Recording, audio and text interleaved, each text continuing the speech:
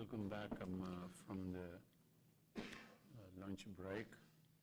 But before we resume our proceedings, just want to draw your attention to development around the world today that the Secretary General of the United Nations brought to the attention of the world concerning the International Day for the right to truth concerning gross human rights violations and for the dignity of victims. The Deputy Chair is going to read the statement that has been brought to the attention of the world today by the UN Secretary General Antonio Guterres. Deputy Chair, you have the floor, please. Thank you, Chair.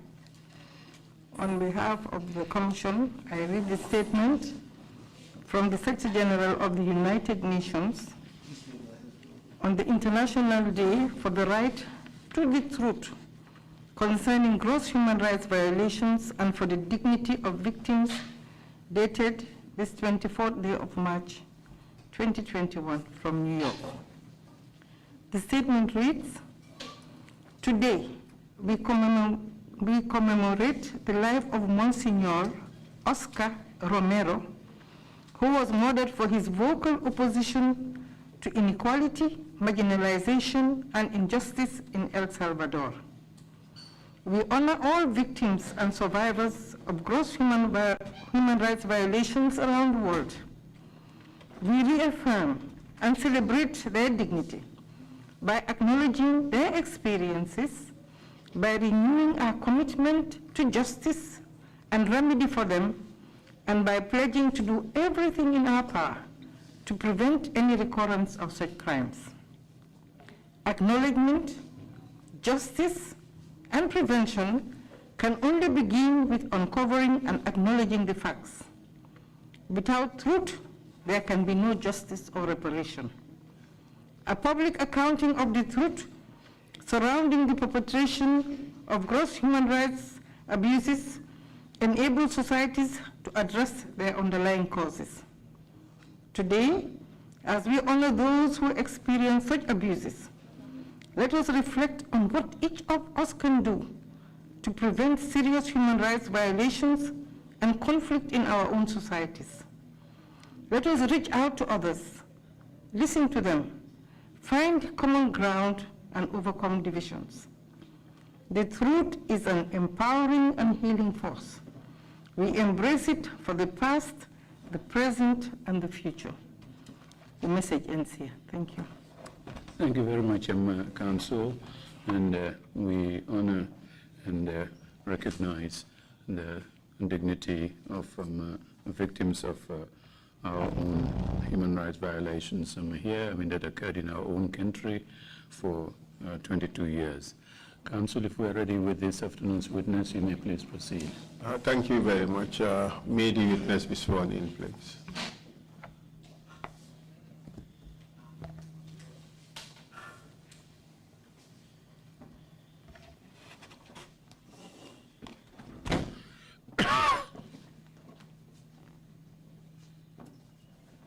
I, BIRAN MBYE. I, BIRAN MBYE. Do swear that. Do swear that. I will speak the truth. I will speak the truth. The whole truth. The whole truth. And nothing but the truth. And nothing but the truth. So help me God. So help me Allah. You may be seated, please.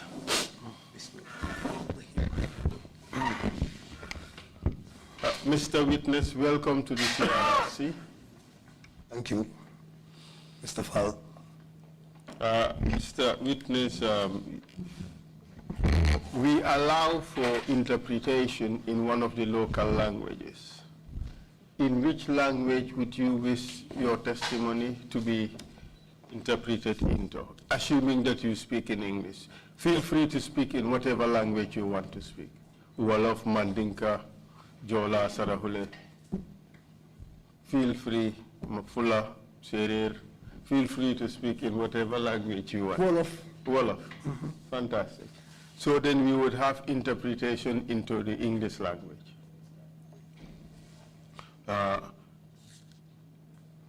The interpreter, the witness would speak in Wolof, So let's have interpretation from English into Wolof and vice versa. Mr. Witness, you have just taken an oath to speak the truth. It is an offense under the laws of this country and indeed under the laws of the TRRC to provide false or misleading information or to provide false statements under oath.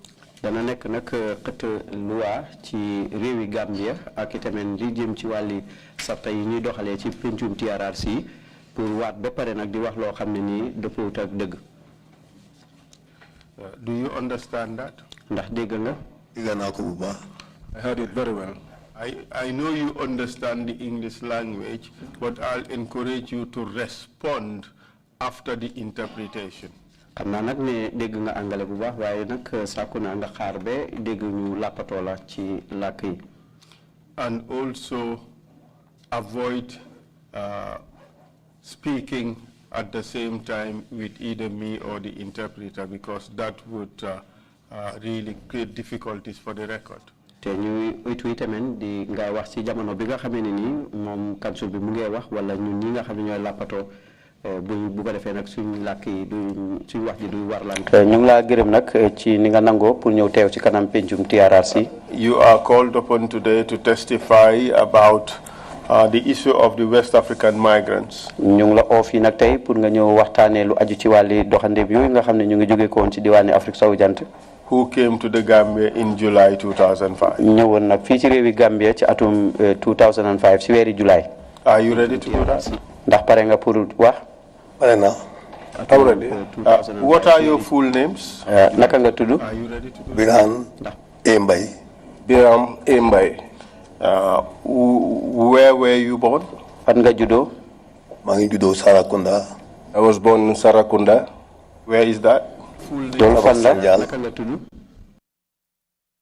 Pobadibo. All right. And where do you currently live? jamono ji fan nga dëkk. maa ngi dëkk Sukuta. I'm living in Sukuta. And what's your date of birth? ban bés nga juddu. 22nd February 58. 22nd February 1958. Could you provide us briefly with your biographical information, where you went to school? ndax man nga ñoo wax ci lu gën a gaaw rek ci fi nga jàngee. I was born in Sarakunda. waaw xam naa ne dem naa school at Sintunja. Upper Badibo. All right. And where do you currently live? jamono ji fan nga dëkk. maa ngi dëkk Sukuta. I'm living in Sukuta. And what's your date of birth? ban bés nga juddu. 22nd February 58. 22nd February 1958. Could you provide us briefly with your biographical information, where you went to school? ndax man nga ñoo wax ci lu gën a gaaw rek ci fi nga jàngee. waaw xam naa ne dem naa school at Sinthiou Njabo Primary School. I know that I went to school at Sinthiou Njabo Primary School. Wow, repeat na suma common entrance twice, pasuma. I repeated the common entrance twice. I did not pass. For last stop. And that was where I stopped. What did you do afterwards? ban nga def gannaaw loolu. Gannaaw loolu continue naa si tool yi partly. After that, I continued on the farms, partly. Partly, liggéey naa ak suma uncle as cooperative secretary. I worked with my uncle as cooperative secretary. After all, liggéey naa ak xaritam tamit. After that, I worked with his friend too. mu ngi doon bindal gerte Pa Sanjali Bojang. Who was buying granite at Pa Sanjali Bojang. Pa Sanjali Bojang. Partly. Partly. And then in 1981, did you take up any formal employment? ndax si atum 1981 ndax dal di nga dugg si benn liggéey. First of May 1981 la joined the field force. I joined the field force on the 1st of May 1981. And then you did recruits training, correct? ci loolu nag def nga njàng mu njëkk ci wàlli buntu liggéey service. Wow. Yes. For how long? For 3 months. For 3 months. And after that? While amuton passing out. There was no passing out ceremony. Why? Mungi coincide at Kukoi Samba Sanyang school. It coincided with the Kukoi Samba Sanyang school. And then what did you do what did they do with you, those recruits who were already trained? Service. Si jamono bobu activity bari won nañ Fajara barracks. You know, during those days there were many activities in the Fajara barracks. Yangi amon detainees, moy 81 detainees si cambi. They were detainees, the 1981 detainees in the camp. Ñu dan dem commission si training school bi. There were others going to the commission at the training school. Up to 82 lañ def gendarmerie training. And it went up to 1982 when there was a gendarmerie training. So in the meantime, you guys were in limbo. No,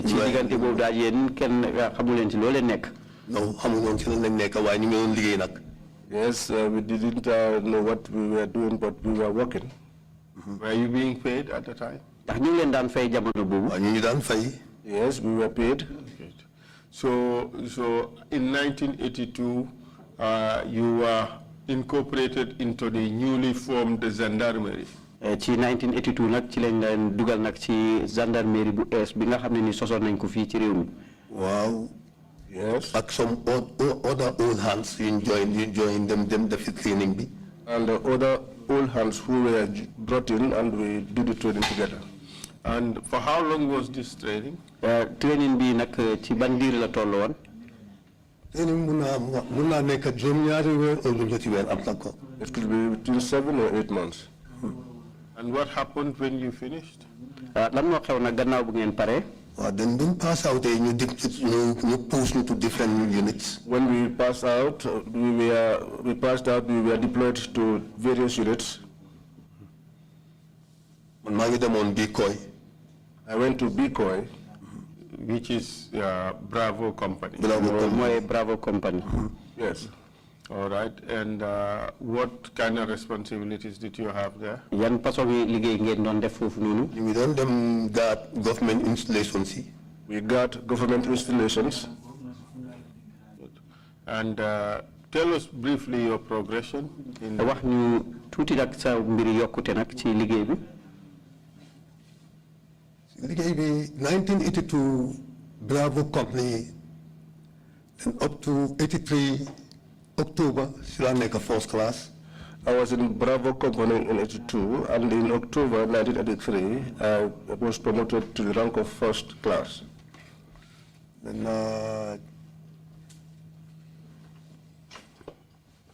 1985 corporal. 1985, I was a corporal. Then acting sergeant, the same 85. In the same year, 1985, I became an acting sergeant. While still within Bravo Company. But still within the Bravo Company. Wow. And in 1990, what happened? Ci atum 1990 lana xew?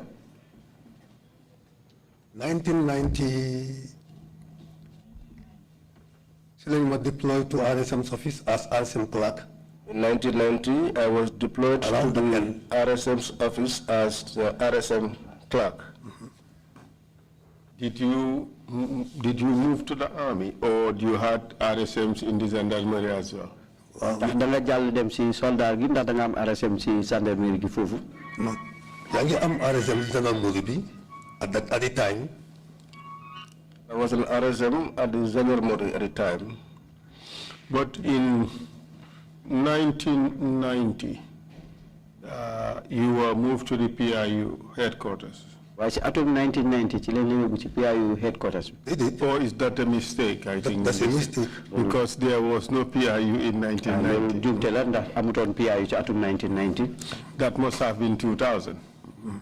1999. 1999. Okay. In 1999, you were moved to PIU in Kanifing. In 1999, lañ la yóbbu ci PIU ci Kanifing. Wow, Silang mo yóbbu jëlee ma airport yóbbu ma Kanifing PIU. Yes, that was when I was deployed from the airport to the PIU in Kanifing. As what? The officer commanding. As the officer commanding. And what was your rank? ASP. ASP.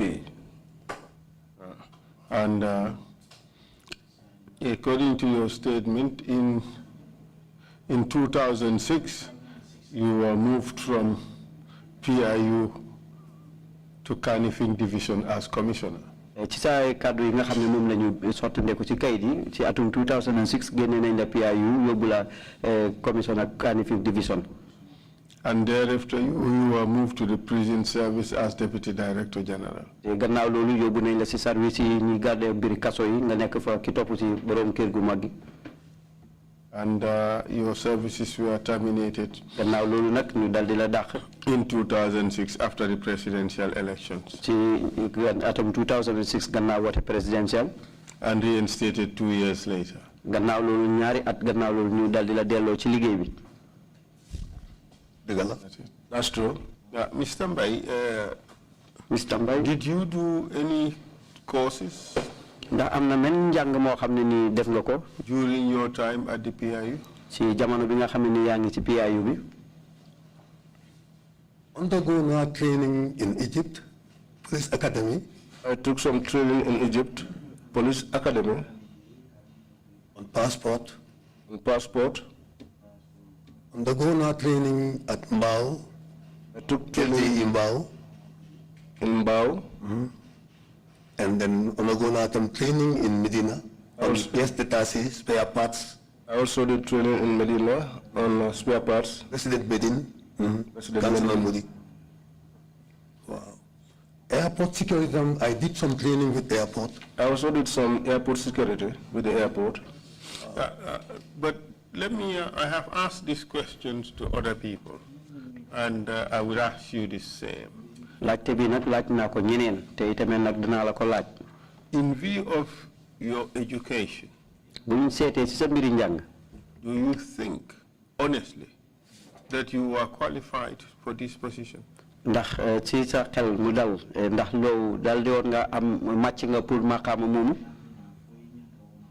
commanding PIU. The officer being a PIU. Deputy Director General of Prisons. Kitopuchi Kijiti Buntu Service Prisons.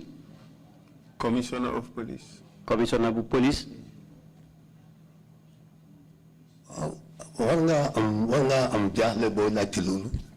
You would be right to ask that question.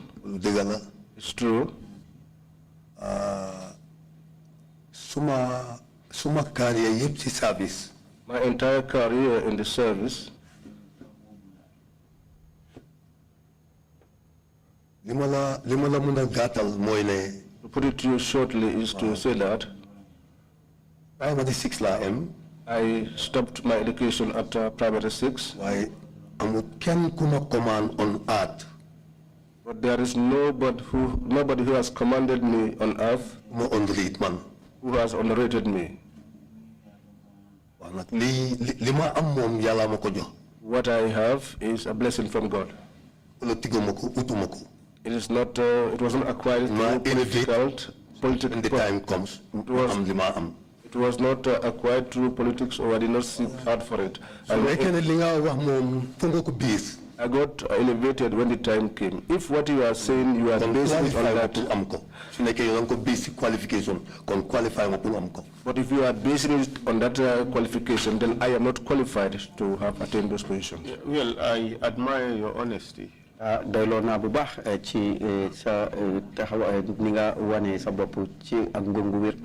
About that, the fact that you are not qualified for that. And I ask this question simply because we have to ensure that we have standards in this country. And the standards should not be for a selected few and not for the others. And unless we have standards and we scrupulously implement them, te tamit rek foog suñu am màcc googu ñu ànd ci ñëpp doxalee ànd ci benn nuñ koy doxalee. We would never have a universal standard of delivery of services. duñ am nag li nga xam ne nii màcc na nag ci ni nga xam ne noonu la ñu àggalee service mu doy ñëpp. And therefore for positions there should be minimum qualifications for attainment of those positions. te kon nag maqaama yi foog si rek ñu am nag yenn xam-xam boo xam ne ni natt nañ ko ci mun a méngoo ak maqaama yooyu. These standards should be applied across the board. lii nag nekk na nag màcc ngoo xam ne nii war nañ koy jëfoo ci buntu yëpp. Perhaps the problems we had in this country were simply because we did not maintain the necessary standards. ndax soo gisee nag jafe-jafe yenn yi ñu am ko ci réew mi duñ daan doxal nag taxawaay màcc googu noonu nga xam ne nii séntu woon nañ ko ci. So in July 2005, you were officer commanding PIU. ci weeri July atum 2005 yow laa nekkoon kilifa gi jiite woon PIU. Wow. Yes. Can you tell us what happened with regards to West African migrants who came to this country? ndax man nga ñoo wax nag li xewoon ci doxandeem yooyu nga xam ne ñoo ngi tukkee woon ci Afrique sowu jant ñëw fii ci réewi Gambia. maa ngi fàttaliku ne I can recall that suma DIG by the name Abu Njai called nama. My DIG by the name Abu Njai called me. And by DIG, what do you mean? Deputy Inspector. Deputy Inspector General of Police. The Deputy Inspector General of Police. Proceed. After closing the he called me after close of work and asked me where I was, and I told him I was home.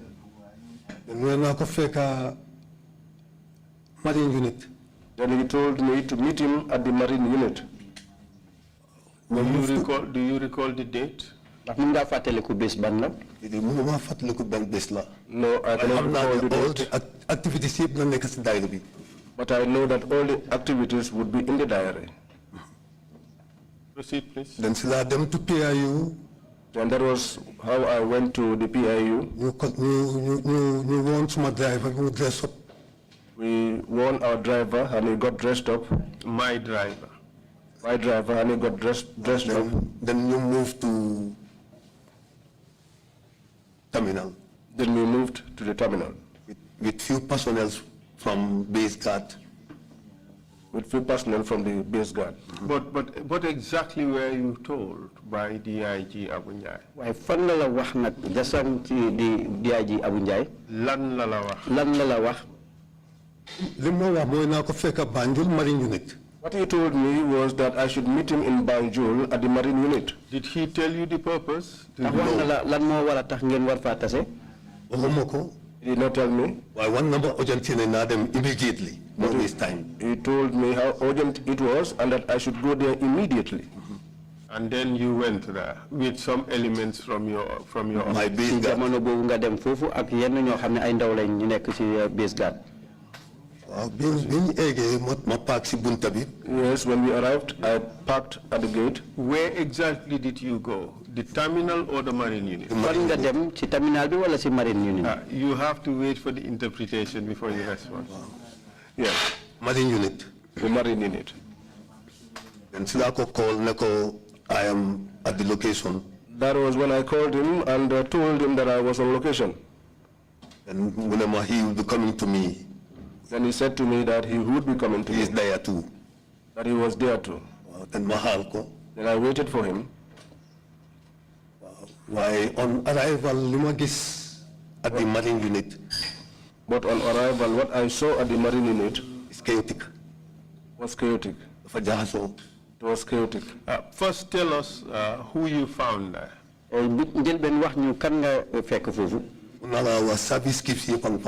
I can tell you that all the service chiefs were there. If not top service chiefs, their immediate deputies are there. If not the top service chiefs, their immediate deputies were there. I saw Fodebari there. Baba Sao Gisnakofa. I saw Baba Sao there. My DIG Mufa. My DIG was there. NIA. The NIA. Personnel at military, they were there. Their personnel and the military too were there. Who in the military could you recall? ñan ñoo nekk ci soldat gi ñoo xam ne ni mun nga leen cee fàttaliku. Ana Field Marshal Kausu Kamara. Field Marshal Kausu Kamara. Why do you call him Field Marshal? lu tax nga ko ooyee Field Marshal. Li ma ko ooyee Field Marshal mooy in service lañ xam mooy command and control.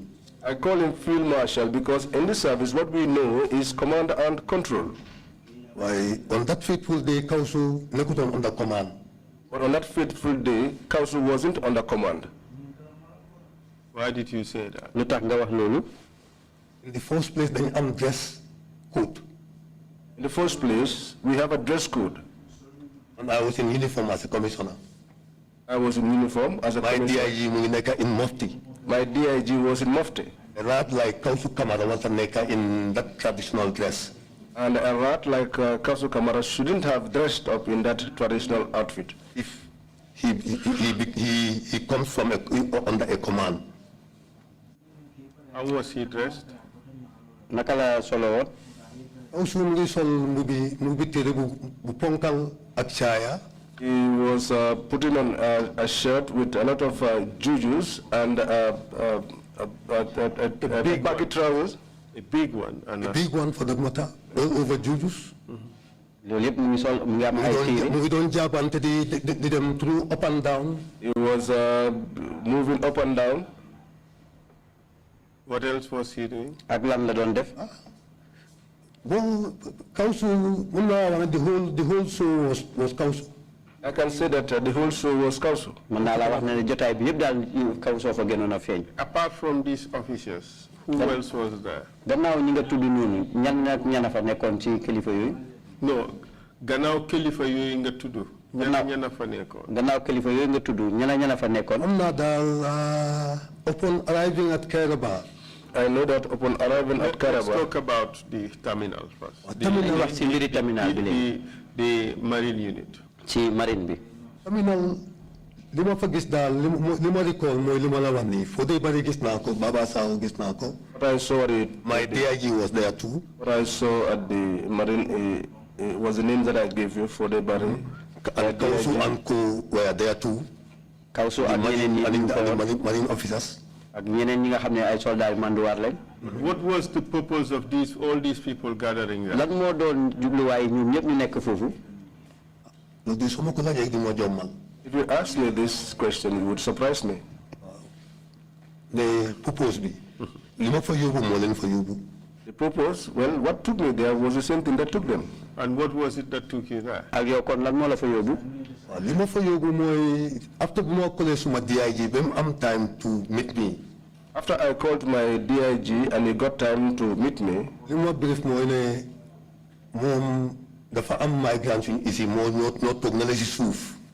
what he briefed me was that there were some migrants who were brought in, and those were the ones that were sitting there on the ground. They were stranded in Bara.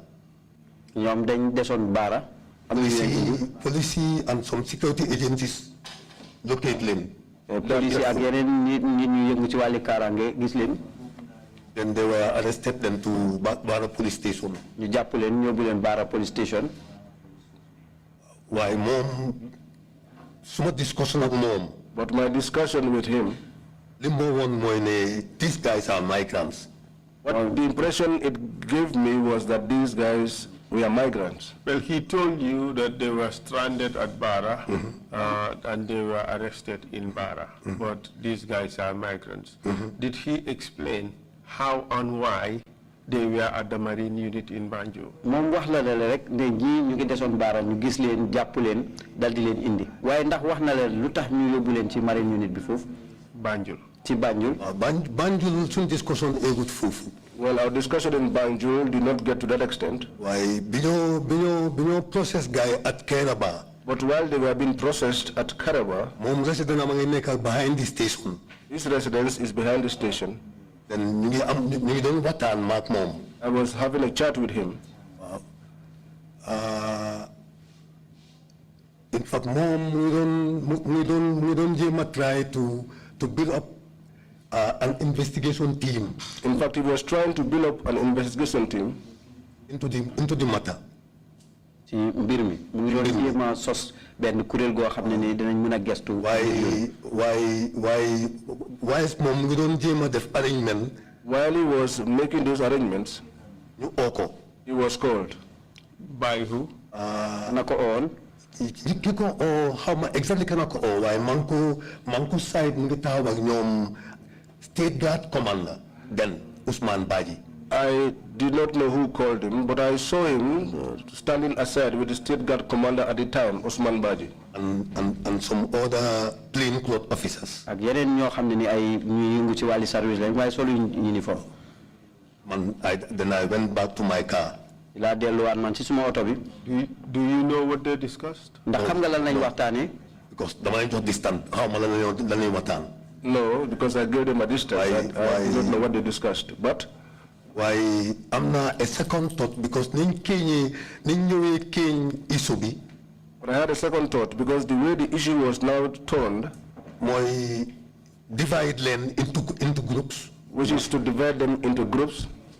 A second thought ne lii moo tax ñu oo DIG. Gave me the second thought that this is the reason why the DIG was called. It's now you move back to the Kairaba police station to the charge office. I saw them move back to the Kairaba station into the charge office. Then you divide some group to Baba Job's residence in Kutu. Then they divided them, and one group was taken to Baba Job's residence in Kutu. Thank you very much for that. But in the meantime, let's go back to the Marine Unit. jërëjëf si loolu waaye fi mu nekk nii nañ delluwaat ci Marine Unit bi. You said your DIG told you that here were some migrants arrested from Bara, and now they were there at the Marine Unit. Did he tell you who ordered that they be brought to the Marine Unit? mel ni sa DIG bi wax na ne nag ñi ay doxandeem lañ ñu ngi nii ci Marine Unit ndax wax na la kan moo joxe ndigal ne nañ leen indi foofu si Marine Unit bi. suñu waxtaan àggut foofu. Our discussions did not get to that extent. But while at the Marine Unit, did you see these migrants? waaye ci Marine Unit bi ndax gis nga doxandeem yooyu. gis naa migrants yi waaw. I saw the migrants, yes. In what condition? ci gan anam. conditions yi ma leen gis dafa doy waar. The conditions were appalling.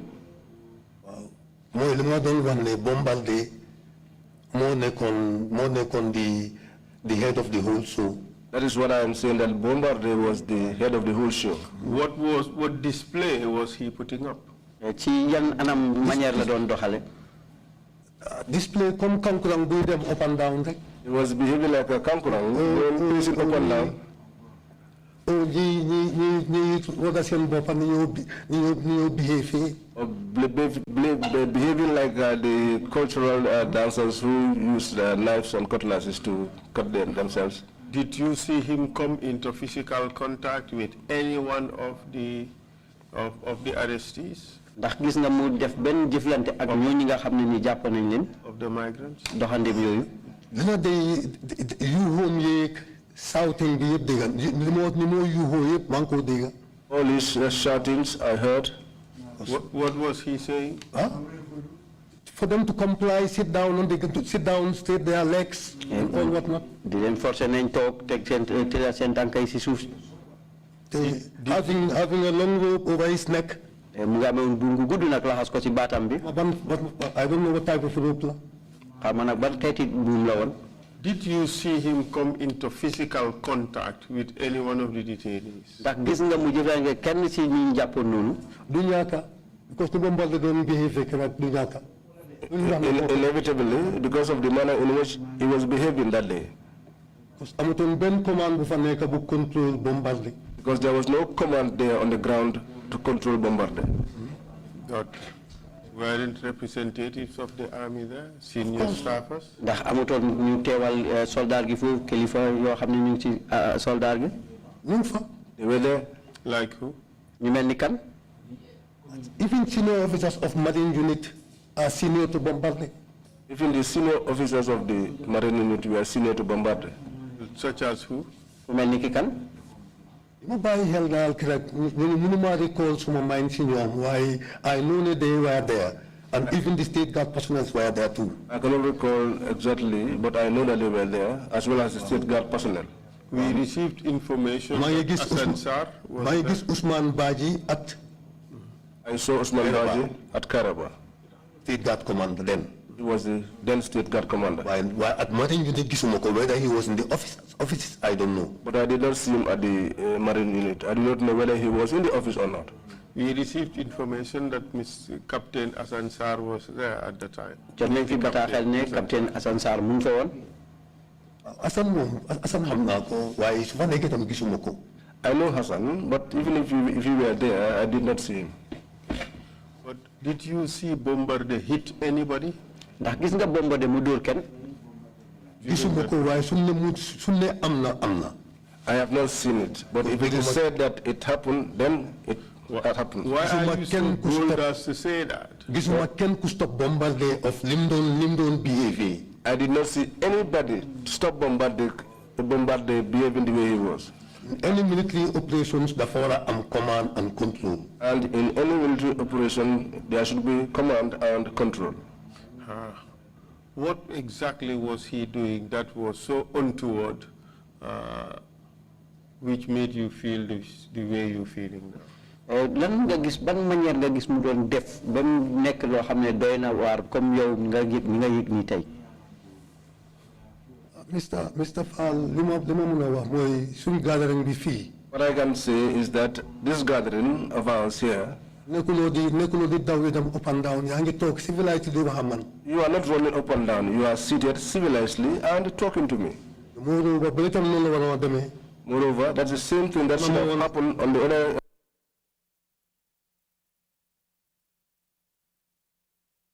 No, without regard for anyone who was present there. Is it because of his indiscipline and disregard for all senior officers who were there which led you to calling him Field Marshal? ñàkk teggin gi nga xam ne ni wanewutoon ko fenn ci boru ndax loolu moo tax nga ko doon ooyee Field Marshal. That is why I gave him that title of Field Marshal. Under the command DIG. Because I was under the command of the DIG. All other police personnel are under the command of DIG. All other police personnel who were present were under the command of the DIG. I Bombardier in the first place. But for Bombardier, even the way he came in the first place, there is no organization where you can have such a person in our Gambia. Did any of the officers attempt, as far as you know, did any of the officers attempt to bring him in line? No. ndax am na kenn ci kilifa yi nga xam ne nekkoon nañ foofu ku jéem a jël jéego pour dagli ko régler. Why do you think that happened? tax nga foog loolu am na. Why do you think that he was not brought in line? lu tax nga fooy ne ndax amu kenn ku ko jéem a régler. dama ko yëgut dama gis ne moom nim starté ni ma ko fekkee foofu. I'm not aware of that because the way I found him there. Benin fa jógee di pa guy di board boss bi. Until when we left, when they were being boarded onto buses. Taka bi yëpp moom moo ko doon def. All the tying was done by him. Who was tied up? ñan lañ takkoon. Migrants yi. The migrants. Were they being tied gently or was it in a rough manner? ndax dañ leen takkoon ci anam goo xam ne nii anam gu yomb la nii wala ndax dañ leen takkoon takk bu métti métti. taka amut benn gently taka yëpp dafa rough. There is no gentle tying. All tyings are rough. So after tying them, what happened to them? gannaaw bu ñu leen takkee lu xew. Everyone to comply. dañ boot boss bi. They bought. It was in that format. waaye defuñu woon ko nag ci anam googu. Is your suggestion that Bombardier was unruly, he was not behaving properly? mu ngi mel ni daal. You get to Kairaba. naka ngeen demee Kairaba. Kairaba moto yëpp a toppante. All the vehicles were followed one another. ñu ñoo nekk the rear guard of buses yi. We were the rear guard of the buses. Then command cars yi toppañu. And then the command cars followed us.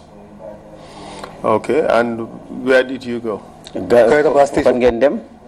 Kairaba station. What time did you arrive at Kairaba station? ban waxtu ngeen àgg Kairaba station. su ma ko waxee fenn na. If I should say so, I would be lying. Was I it can't during recall. the day, afternoon or night? No. daal loolu ci bés bi la ci bëccëg bi wala ci guddi gi. yëpp si guddi la. All of it was in the night. So what happened at Kairaba when you arrived there? Kairaba dañ aga Kairaba gaay wacha. We got to Kairaba, they disembarked. Then ñu lead them to the church office. And they were led into the church office. In the church office, ñu leena profile di jël sen details. The church office, they were profiled and their details were taken down. How were these details taken down? Relief commander bi and the relief commander bi nekkoon on duty at the time. Relief commander on duty at the time. The guy in front of the counter. Amongst the people in front of the counter. Jël detail you turn and then get behind the counter. Once your details are taken, you turn and go behind the counter. The question was, how were these details taken? Were they written down? They were written down.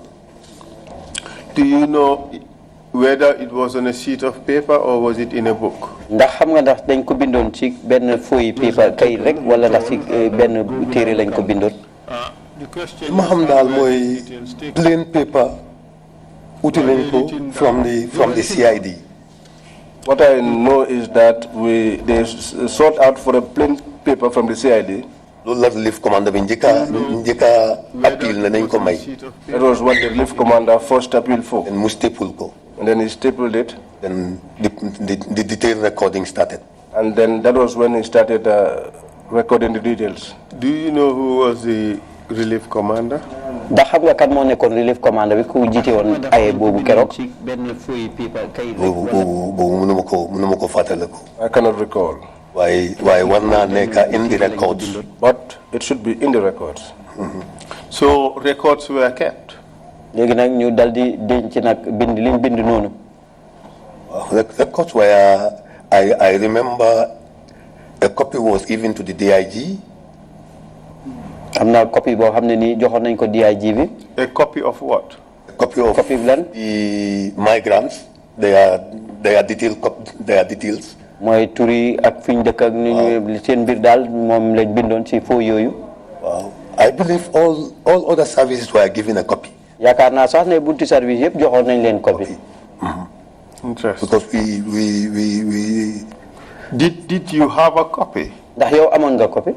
No, so DIG am a copy, man, do am copy. No, once the DIG has a copy, I don't have a copy. Okay. So for how long were you at Kairaba? Ci ban diir la toll bi ngeen nekkee Kairaba? Yaga nañ fa. We were there for a long time. How many hours? Open 1 hour. Ñaata waxtu? More than 1 hour. Was that the time that the DIG spoke to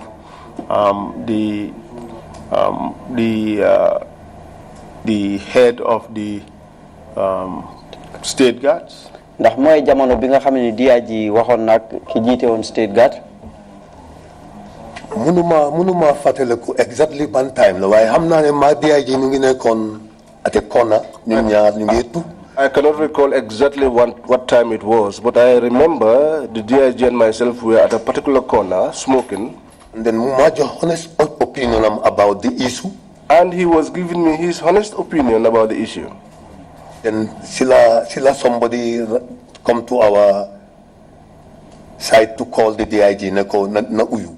That was when someone came to where we were and called the DIG to go and answer. And what was his honest opinion that he shared with you?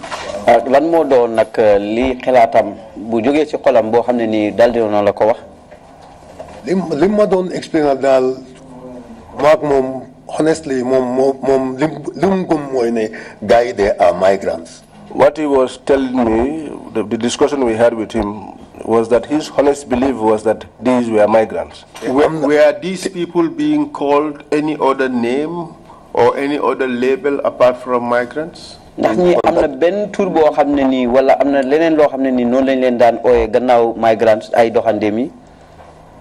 Bés boobu dégguma kenn ku wax beneen tur. waaye moom laa mun a waxal moom laa waxtaanal moom lim ma wax loolu between man maak moom la. On that day, I did not hear them being referred to by any other name. But what he told me was that they were migrants, and this was a discussion between him and I. Except Hana Lena de Moy Bombarde and Co. Nindon behave. Except the behavior of Bombardier and the others. Perhaps they had something in their minds which was different from that which the DIG and I discussed. And you said names were taken. And the service chiefs were given a copy. What happened after that? Shortly before the Parisa, divide, division let others be taken to Baba Job then. Before that process concluded, complete. That was the time the decision was made that they be divided and one group be taken to Baba Job's compound. And lima tawa DIG am na kumo try on phone why munu ko am. All the while that I was standing with the DIG, there was someone he was trying to get on the line, but he was unsuccessful. I know the complaint at one given time nama pa Amadi Jallo mun ko try why munu ko am. I know that he complained to me at one time that Pa Amadou Jallo was trying him, but he could not reach him. That he was trying him, but he could not reach him. I know all that was geared towards forming a panel for investigation.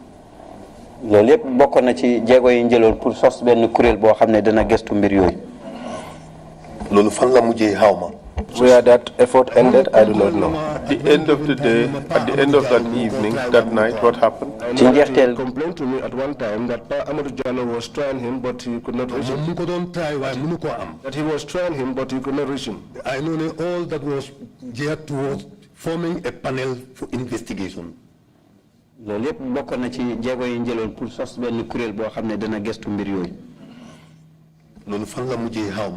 We are that effort ended, I do not know. At the end of the day, at the end of that evening, that night, what happened? Some group to Baba Job's residence. Last 3 days, Hejun Kairaba. The last 3 could not fit into Kairaba. Then that was when the DIG told me to go along with them. PIU. To the PIU. Who were those? What I can recall is that there were 3. I did not know their names.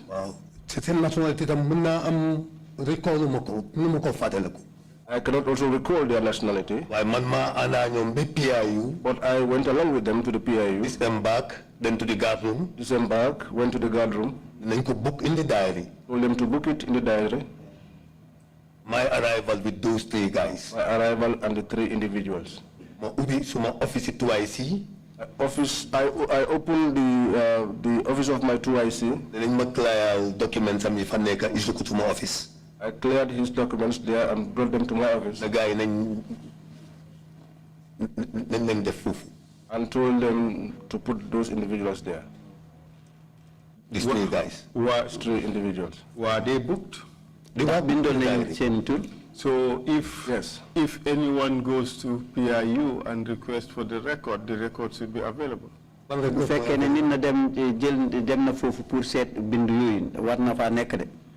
The records were available. What records available are you talking about? The register where the names were recorded.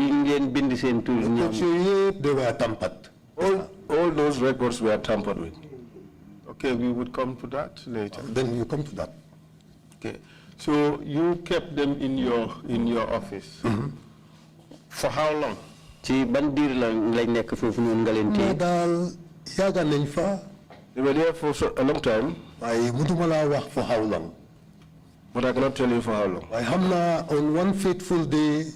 But I know that on one fateful day, Kausu Kamara came to PIU. Kausu Kamara knew on the PIU. To the guard room. Could you stop there? We will come to that later, on that fateful day.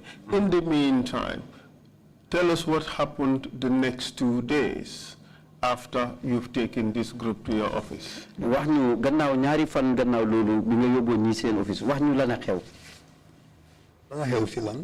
What happened as in what? Did you hear about anything that has happened to any people? Ndax dégg nga dara loo xam ne xew na ci yenn nit.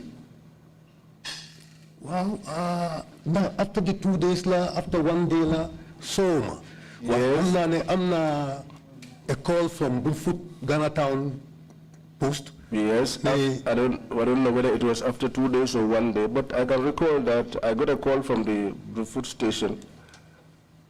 In Ghana Town. They discovered some bodies within the forest. They discovered some bodies within the forest. Haram ñu lapato bobu amna solo torop ne amon nga call bu joge ko ci Ghana Town ndaw yi pia yi nek fofu ne amna yenn niw yin for ci forêt bi fofu ci Ghana Town ci Bulfoot. Proceed, please. Continue. Then I called the DIG, relayed the message to him. Then I called the DIG. Said biyo kan film ne ya ge lakatu wa said which lakal all of it. Moxla calls DIG. That was when I called the DIG and I relayed this information to him. And then? Then after Lulu, after that, the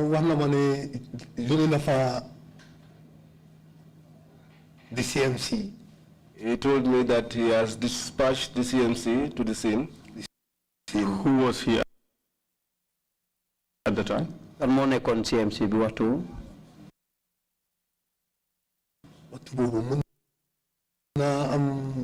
because time Palma de Jalo bodies. What exactly did you see on them? lan nga gis ci ñoom was the CMC. Lima gis ci ñoom moy what I saw, what I can see was that they were naked. But they were putting on their trousers. Boxer or either they were knickers or boxers, but they were putting on something, trousers. Did you see any injuries on them? Did you see no. Bodies? Why am not that But I know that the killing was not a massive killing or a nice killing. Wow. Can you explain what you mean by that?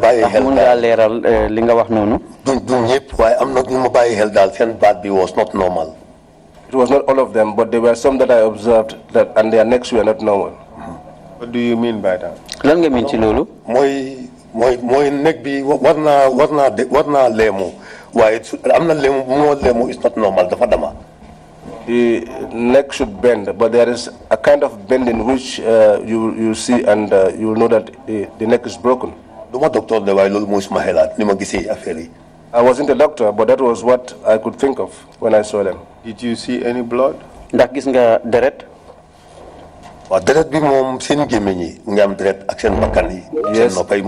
their mouths were having blood, their noses as well as their ears.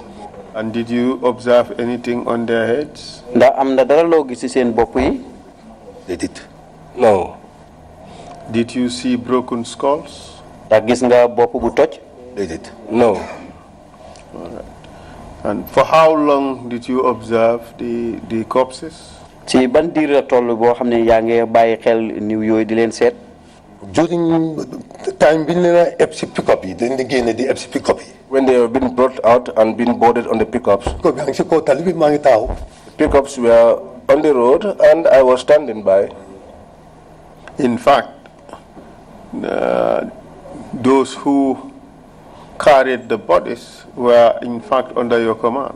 Mom sax de ñi nga xamné ni ñoo doon jël ñu yoyu di leen dugal ci auto yoyu ñoo sax ñu ngi nekkon ci saron. Waaw suma doon lañ nekk moy PIU bi. Yes, they were under me. The PIU ñeneen ñu doon dimbalé. But there were others who were assisting them. While you stood there watching these bodies being moved to the pickup, what came to your mind? Bi nga taxawé di gis ñu ngi day enu di leen niw yi di leen dugal ci pickup bi lan mo ñew ci sa xel? Ñu ngi nekkon ci saron. Waaw suma doon lañ nekk moy PIU bi. Yes, they were under me. The PIU ñeneen ñu doon dimbalé. But there were others who were assisting them.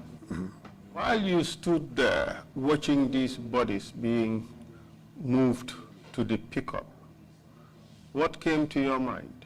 bi nga taxawee di gis ni ñu ngi naay enu di leen dugal ci pick-up bi lan moo ñëw ci sa xel li ñëw suma xel rek mooy ñiñ ci yóbbu leen to Baba Job's home ak Kairaba police ne part of Lodge the guard. jël naa a choir book. I took a choir book. ñu def fa activity. Those coming in and out. And they jotted down the activities of those that were coming in and out of the garden. The sergeant at the time on duty was Musa Toure. ki nga xam ne nii moo nekkoon sergeant bi ci ay boobu noonu ci duty boobu keroog moo nekkoon Musa Touré. Nickname Sergeant Fry. ñu xamee ko sergeant naka. Sergeant Fry. Fry. F-R-Y. Okay, as in fried fish. Okay. All right. On my visiting round,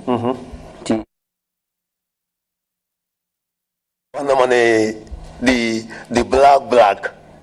He told me that the black, they came there to pick some personnels. ne ñoom ñëw nañ ñi doon sol mbubb yu ñuul yooyu ñëw nañ foofu jël yenn ci doxandeem yooyu. That night. Not that night. But after from it was after we left, came from the second thought. I had the second thought to get to my personnel. Fry. F-R-Y. Okay, as in fried fish. Okay. All right. On my visiting round, suma nemeku yooyu nag. wax na ma ne the black. He told me that the black, they came there to pick some personnels. ne ñoom ñëw nañ ñi doon sol mbubb yu ñuul yooyu ñëw nañ foofu jël yenn ci doxandeem yooyu. That night. Not that night. But after from Binjoge put foot. It was after we left, came from the second thought. I had the second thought to get to my personnels at Baba Job's compound. mooy li nga xam ne nii mooy pour àgg ci suma nit ñi nekk ci kër Baba Job. On my own observation. suma gis-gis. And then my discussion with the sergeant. ak suma waxtaan ak sergeant bi. The personnels of this black. ñi nga xam ne nii ñooy black yooyu. dañ fa dee dem di pick. They usually go there and migrants. Pick the migrants. Did he write the names of those who went there? ndax bind na tur yi ñi nga xam ne ni ñoo fa demoon pour jël doxandeem yooyu. It was all recorded in that choir book. loolu yëpp bindoon nañ ko nag ci choir book boobu. Do you know what? ndax xam nga la mujjee xew. But do you know what ended? Then tore all the papers off the choir book and left the choir book there. waaye dañ mujjee empty choir book there. dañ mujjee xotti kayit yi ñu fa bind yëpp bàyyi choir book bi noonu. Who did that? ñana def loolu. The black. mooy black yi. Who do you understand the black to be? ñan nga jàpp ne ñooy black yi. mooy jongla si. That is the junglers. Your guy, Musa Toure, sergeant, did he know the name of the jungler who did it? The black guy who did it? sa sergeant boobu di Musa Touré ndax xam na di jongler black bi nga xam ne moo def loolu. waaw mun naa am dina ko xam. Maybe he knows. waaye su ma ko waxee itam fàtte naa ko. But even if he had told me, I have forgotten. Where is this Musa Toure? ana Musa Touré bi. Still mu ngi active service. He's still active in service. ngay liggéey de. dafa daw yaram sax moom. It's so sad. Attempted so many times to go out of this country mënut a dem. He attempted on several occasions to go out of the country, but he was unsuccessful. Itaange bii la.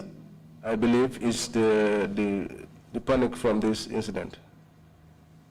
Attempted so many times to go to America, applying a visa for so many times, got rejected.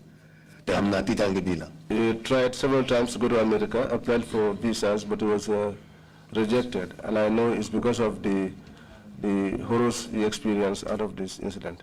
So to take you a step backwards, while you were standing at Broadfoot by the bird reserve, you knew pretty well that these people were part of the migrants who were at Kairaba.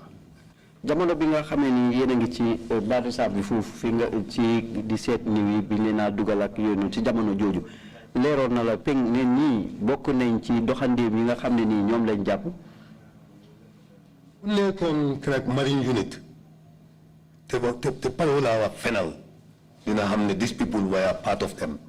Anyone who was in the Marine unit and is not prepared to tell you lies would know that these people were part of the migrants. The reason why I'm telling you this is because the Gambian and the Senegalese are somehow similar in appearance.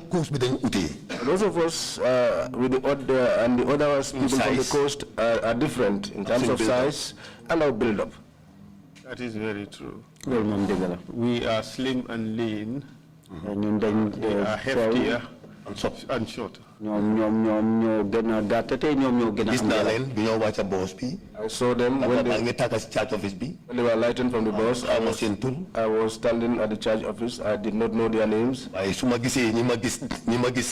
night before this body muna at one-on-one. After I saw the bodies and in comparison with the people I saw the night before, if I put one-on-one, I can be able to come to a conclusion. And it was clear to you that they were part of that group. There is no dispute about that. What do you say to the position or statement provided by the Gambia government after some investigation that the group of 8 bodies, or the 8 bodies that were recovered, had no relationship with the group of migrants who came to Bara? Loy wax ci ben bataxel bo xamne ni wala taxaway bo xamne ni tuké na ci nguur gi ne gannaaw gestu bo xamne def nañ ko juroom ñetti niw yiñ gis ci Brufut amuñ dara lo xamne deflante nañ ko ak doxandem yoy nga xamne ni ñom lañ japp fi ñu ñew ci réew mi yépp fen la. All is a lie. That's a big, strong accusation. Lool nak tuma bu am doole la de. Wala bu am fen man suma bop duma ko def. Do you want me to lie myself? I want you to be as honest can be. Amut honest. Lolu fen la. There is no honesty in that. It is a lie. So sété mbiri ni mo démé. Because if you looked at the way things were going, dafa doy war. It's incredible. Tell us about it. Wax ñu ko. Records in the diary. The records. We will tamper with those records. Why would they tamper with the records that were in the diary? What reason? All activities in a police station. Even the arrival of the SO, closing from office to resident. Then go to book the diary. Mbolem lo xamne ni ab jëflante la ci bunti police dañ ko dé bind ñëw ak del mak bu SO bi dañ koy bind. Even a magistrate visiting the station dañ ko binda. Même ça donc sax su fekkee de amna ben attekat magistrate bo xamne dem ci police station dañ koy bind lawyer. So where are another question? So where are those records? When you went back to Baba Job's house and you asked Sergeant Toure, did he show you the choir book with the missing pages? I have checked this choir book. Binga demé ci kéri Baba Jobat nga laaj ki Moussa Touré ndax war na la choir book bi xoti feuy yi ci xoti. Your answer? Li si nekk mooy nga baalal ma ma delloo gannaaw tuuti. Allow me to move some few steps backwards. Brufut Ghana Town, ñu fa nekk deployment. Who are deployed at the Brufut Ghana Town? You answer that. It's the PIU. Waaw lan tax jëf yu ñaaw yi nga def ko dem teg ko si boori PIU. But why would you do this horrific act and then place those people close to the PIU? Nga claim no PIU. And you stay in the PIU. Do you think that was not the first incident? The first incident be? That was not the first incident. What was the first incident? What is the army doing in the police operations? Lan la soldat yi def ci liggéey boo xam ne liggéey police la. Putting the same uniform with the police. Sol nag di benn uniforme bi nga xam ne moom la police di sol. Sorry, loolu mooy the cause. Sorry, balal ma akama ñëw. That's the very cause of PIU getting into black outfit, blue outfit. loolu moo tax PIU génn ci colin gi nga xam ne moom lañ leen ràññee woon du you are out of the Gambia. Why many of on this table, high table, knew that PIU were putting on a green uniform. Maybe you were out of the Gambia, but many people here would have known that the PIU were putting on green uniforms. And why did they change? Because of April 10, 11. li tax ñu wecceeku mu la ko laaj mu ne ko xew-xew bi xawoon April 10 11. They were using the same uniform as the PIU. ñu ngi doon jëfoo benn uniforme bi PIU doon sol. Who was doing that? ñan ñoo doon def loolu? The army. Soldaar gi. But how would they get such uniforms? The green outfit, they put it on. ñu daan jotee façon uniforme boobu mu tontu na ko ne. The PIU is putting the same uniform on. tontu na ko nag ne bu werta boobu PIU bi moom loolu la daan sol. This is why my time Ibn Jai as the IG. That was Ibn Jai's time when he was IG. This discussion came up for us to change to blue outfit. loolu taxoon na ñu am xalaat boobu ne ñu tourné nag génne ci bulo boobu noonu tenue bu bulo boobu. Are you suggesting that the army deliberately wore uniforms so that they would be mistaken for the PIU? maanaam da nga bu wax ne soldat dañ daan tey rek sol loo xam ne uniforme boo xam ne nii nit ñi dañ leen ko mun di jaawale ak PIU bi. jaawale PIU su nekkee ne xam nga ne li nga def is not clean. Di nga bëgg ut cover. Well, if you know that what you are doing is not clean, you try to look for cover. But you have an example. Let me give you another example. Black, bi nga dégga. This black that you are hearing. Black, can you go differentiate with the PIU outfit, blue outfit? That black, nobody can distinguish it from the PIU uniform. The desert camouflage? Wouldn't they have gotten the desert camouflage? They will be purely identified as soldiers. Well, we've received evidence that when one of the migrants was arrested and taken to the PIU in Ghana town, the moment he saw PIU officers in their uniform, he started screaming, here they are, they're going to kill us, they're going to kill us. Because he's mistaken the PIU guys for the people who came to kill them. The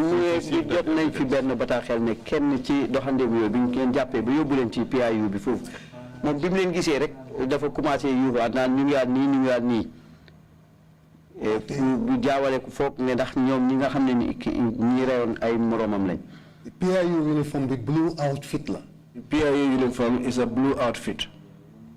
Not black. Not black. But they're similar. They were similar. They look alike. They look alike. Okay. So, so you believe that those bodies were, or the people were killed near the PIU, so that the PIU would take the fall for it?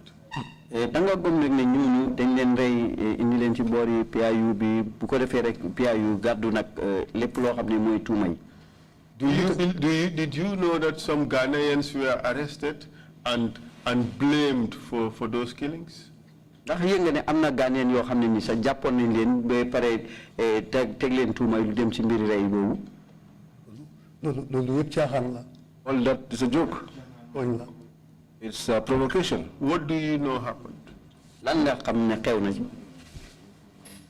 Li ma xam ne xew na daal mooy man bi ma gisee body si Ghana town. What I know happened was when I saw the bodies in Ghana town. Then suma mind click na ma visit suma guard bi ma deploy Kel Baba Diop. My mind clicked to the guard I deployed at Baba Diop's compound. The activity bi ma fa am. The activities that I had there. One-on-one with Limagis Bullfoot is the same. They were collected by the black. If I add one-on-one with what I saw in Bullfoot, I concluded that they were collected by the black. By not Ghanaian society, Ghanaian community. Why not do Ghanaian society is no Lenton. Who do you believe killed these Ghanaians, these bodies that the people that were killed at the forest. Xam nga gëm ne ñoom ñoo rey Ghanaian yooyu nga xam ne ni ñoom lañ gisoon ci forêt bi. xam naa daal state bi am na si loxo. I know that the state had a hand in it. Why do you say that? Why do I say that? Yes. Lu tax ma wax laajte loolu. Don't worry, I'll ask you seemingly questions for which the answers are seemingly obvious. But Esa sa kër dafa am borom kër. Sorry, your house has a house head. Lu fa xew yaa ko jubanti. Whatever happens, you face it. Dafa transparent. Waaw lii dafa war a set. Wata nekk si carpet. Waruñ ko denc ci suuf. It should not be under the carpet. I know you were speaking in innuendo. Let's call a spade a spade. Tojal yax bi wax ñu naka la fa taaj. That's exactly what it is. Moom la wax ni man naka la xawma. Ban loxo lañ ci am loxo bi doga ndax loxo bi sut ndax rabab loxo bi dama baat wax ñu ban loxo lañ ci am. What kind of hand did they have in it? Ba saa si yàlla tey. Up to this day. Dégguma fenn fu state bi waxee ne arrest nañ diw sangam or diw sangam no responsible. I have not heard the state say that we have arrested so and so person or so and so person. Arrested. Except the cover-ups that we are out there. The state did say, or the investigations revealed, that those who carried out the killing were rogue elements of the security forces. Gestu wi am sax de wax nañ ne am na ñi nga xam ne ñoo ko def nag mooy nit ñi nga xam ne ni dañ jéggi dayoo ci seen liggéey ci buntu liggéeykaay service bi. Loolu fen la. That is a lie. Why do you say that is a lie? Lu tax nga wax ne loolu fen la. Léegi pour ma gàttal la ko rek jong la si came here and they said ñoo def execution bi. To put it briefly to you, the Jongas came here and they admitted committing the executions. Balaa ñoom ñuy ñëw fii sax ñëpp ñu bari xamoon nañ loolu. And even before they came here, many people knew about that. Did you know about that before? Yoo xamoon nga ko balaa ñu ñëw fii. Léegi man suma boss ni ma ko xamee mooy Kawsu Kamara came to me. Well, as for me, how I got to know about it was that Kausu Kamara came to me. In fact, he came with a sergeant. The sergeant I could not recall. He parked outside the camp.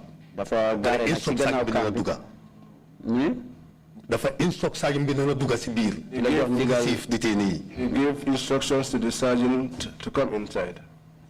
The sergeant when the sergeant came in, we got escorted to my office by the guard commander. He was my base guard commander. He was escorted to the office by my base guard commander. Then Malako, then I asked him what was the purpose of his mission. They are there to collect the detainees. He said they were there to collect the detainees, those that were under custody. What time of the day was this? It was after working hours. Gannaaw waxtu liggéey. Then ci laa respond ne ko who gave you the instructions? Ci laa ko laaj ne ko kan moo la jox ndigal boobu.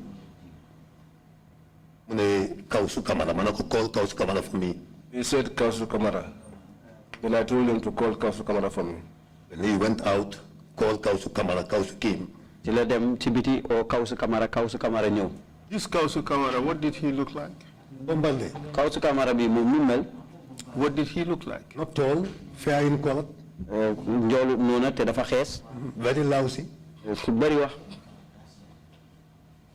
You see? Then Kausu came.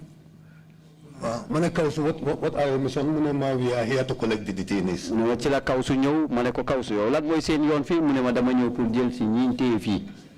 Ma ko kan la jox instructions? Ma ne ko kan moo la jox ndigal bi? Mu ne IGP. Mu ne ma IGP. Ma ko waxal IGP call ma. Then I told him to tell the IGP to call me. You are under the army.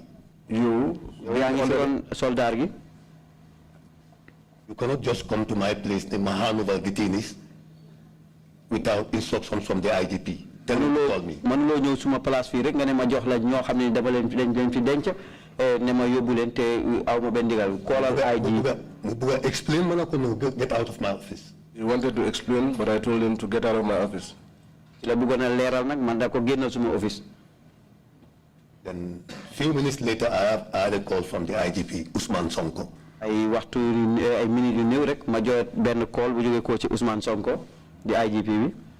Not even Commissioner Mbye. Hand over those guys to Kausu Kamana.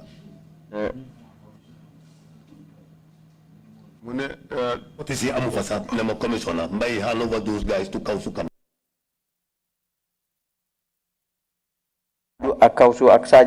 And the detainees about to be handed over to them. Then they left. I went back to my office. But before all that happened, you remember after the first day, the 8 bodies were discovered.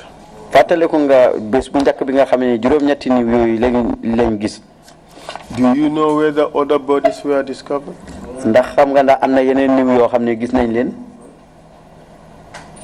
Bobutela ko mankodo diga Demba from Omar Sidikan by Mustanyu to my knowledge. That never came to my knowledge. It was yesterday that I heard it from Omar Sidikan. Manko diga on Skype we will testify. I heard it on Skype when he was testifying. Akte yo madiga kusiyo tamin.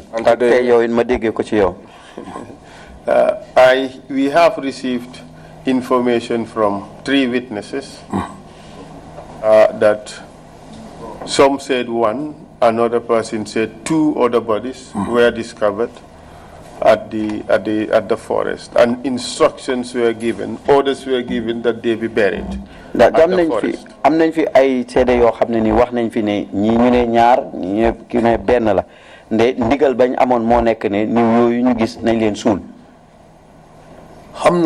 si diga Demba Aktei. I got to hear it between yesterday and today. Why not? What? Amut ken ku communicate ak man mi the bodies you. Nobody communicated to me about those bodies.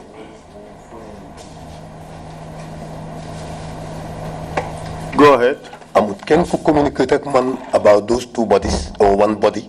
Amut. Nobody communicated to me about 2 bodies or 1 body.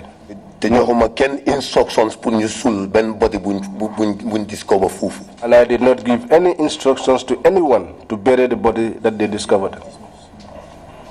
The correct way to go about it. That is not the correct way to go about it.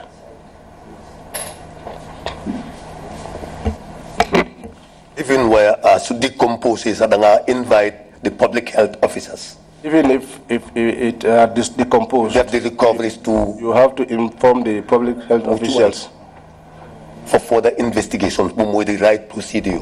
Okay. May ñu leral fofu nonu ci wolof lolu mu ngi melni rek comme bu fekkee ne lolu amna donte sax bu fekkee ne niw yoy dañ yaqku manam dañ newon foxel nga o ko xamne ni mu ngi liggéey ci buntu wali wédgu yaram tay tamen nek na mbir mo xamne ni dañ ko wara gestu. The information that we receive is that you gave the order. Bataaxel biñ jot nak fi bo nek ne yow ya joxe won digal bi. That's a lie. But wouldn't it be normal that the inspector on the ground, Inspector Drame, who was there, to inform you as the commissioner? Ndax du ton lo xamne ni dana jaadu pour inspecteur bi nga xamne ni mo nekkon fofu di Inspector Drame pour mu yegal lako. Su neglected duty am. If he has not neglected his duties, by the right was nama notify. By right, he should notify me. And you saying he did not? No. Wa ya ngi wax ne defut ko. Is it just possible that you forgot? Possible la ni setan ji. Da du rek na da nga faté? Dafa gata trop. It's a short while. Or you deliberately wala dang ko give tay the impression that it did not happen? Yanna ma yalla musal. Da tay rek pour wax ne lolu amut. God forbid. Look, we have seen a lot of witnesses sit there and give us all this air of religiosity. And all they do is... Esa mandongola, manduma imam, duma ustaz. Yes, I'm a streetwise man. I'm not imam or Islamic scholar. Duma imam. Not an imam. But I'm telling you what happened. Are you suggesting that the ndongos are more truthful than the imams?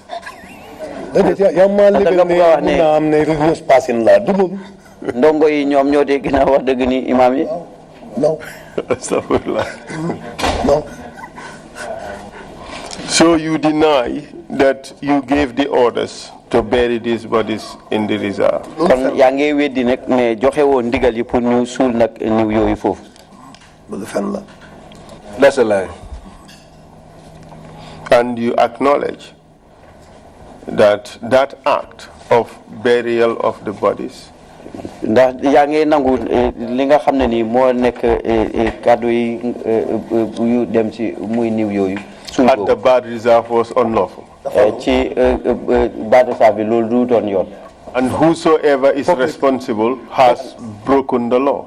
kan mooy gàddoon nag li nga xam ne nii mooy xeetu loi boobu noonu. That recommendation should come from the public health officials. Ràññeef googu nag loolu dafa waroon a tukkee ci ñi nga xam ne ñooy liggéey ci wàllu. Not the uniform police officer. waaye nag du ñi nga xam ne nii ñoo takk tine uniforme. That is the law. loolu mooy loi bi. That is the law. loolu mooy loi. But the question is, who gave the order? laajte bi mooy kan moo joxe ndigal boobu. The evidence we have from Sedikant is that it came from you, and the other witnesses suggested that, well, they just received the order from their boss who was there. bataaxel bi nga xam ne moom lañ jëlee nag si Sedikant moo nekk na bataaxel bi ndigal loolu mu ngi tukkee ci yow. And you claim that you did not know anything about this. yow nag yaa ngi wax ne amuloo dara loo xam lu jëm ci mbir moom. Well, the commission would look further into this particular point. commission bi nag dana seet nag si yeneen fànn yu dëppoo mbir yooyu. And arrive at a conclusion. te tamit danañ ci mën a fas nag benn sottal boo xam ne danañ ko ci mën a mutal.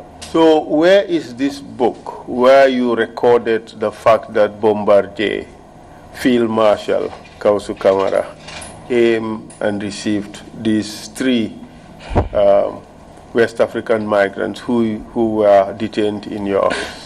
Where is that book? Ana book bi nga xam ne nii foofu ngeen bindoon ne Bombardier Field Marshal Kausu Kamara jël na détenu yi nit ñooñu nga xam ne ñu ngi leen jàppoon foofu ci seen loxo. Where is that book? Ana book boobu. One thing I can assure you. Diary from Bara. The diary from Bara. PIU Kairaba. PIU Kairaba.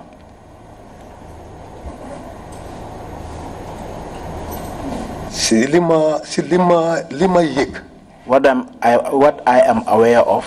Panel bun formon. There was a panel that was formed. Jim Drame alias Ibrahim Drame. Jim Drame alias Ibrahim Drame alias Jim Drame. Ibrahim Drame alias Jim Drame. And Yankuba Sonko, the present Minister of Interior. And Yankuba Sonko, the present Ministry of Interior. Minister of Interior. Panel. They were part of the panel. You work on those diaries. Who works on those diaries? Los Bena State Guard in officer. And one State Guard in officer. Did you watch TRRC proceedings this morning? Yes, I was here. But did you watch? No. Well, there are no televisions in the offices. No, investigators. By then I was with the investigators. So you could not have heard the hearing, the testimony this morning? No. So where did you get this information from? I want you to forgive me, Esa. I was part of those who were involved in the activities. The guardroom diary The guardroom diary is there. And also the choir book or the way book that I took to Baba Job's president was there. Extract all traces. And this particular panel. West African migrants who were detained in your office. Where is that book? Ana book bi nga xamne ni fofu ngeen bindon ne Bombardier Field Marshal Kausu Kamara jël na détenu nit ñoo nga xamne ñu ngi leen jappon fofu ci seen loxo. Where is that book? Ana book bobu. One thing I can assure you. Diary from Bara. The diary from Bara. PIU Kairaba. PIU Kairaba.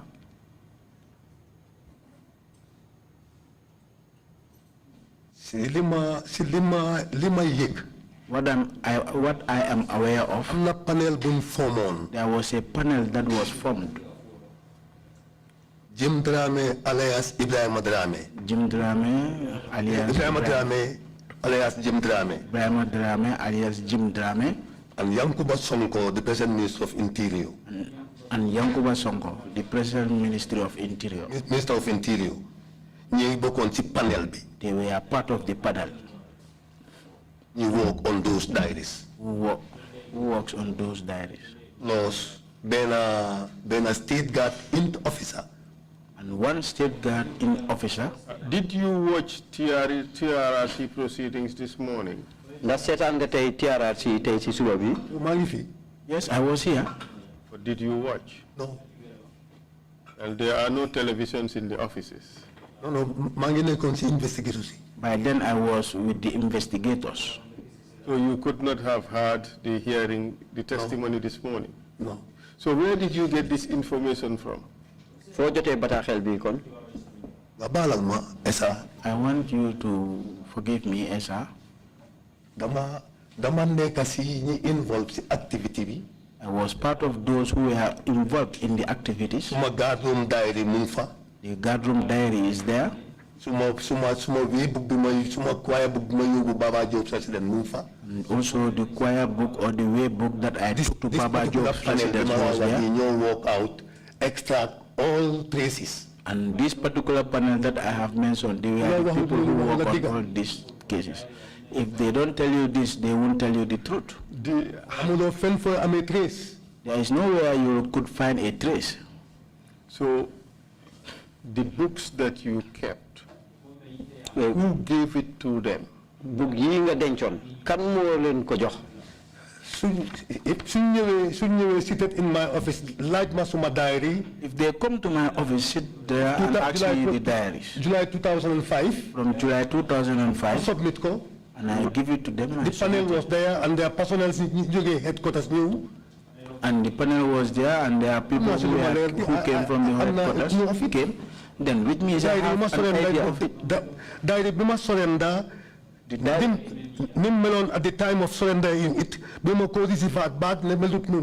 diary that I have gave to them and when it was returned to me back, it was quite different from when I was giving it to them and when it was returned to me. Did you observe?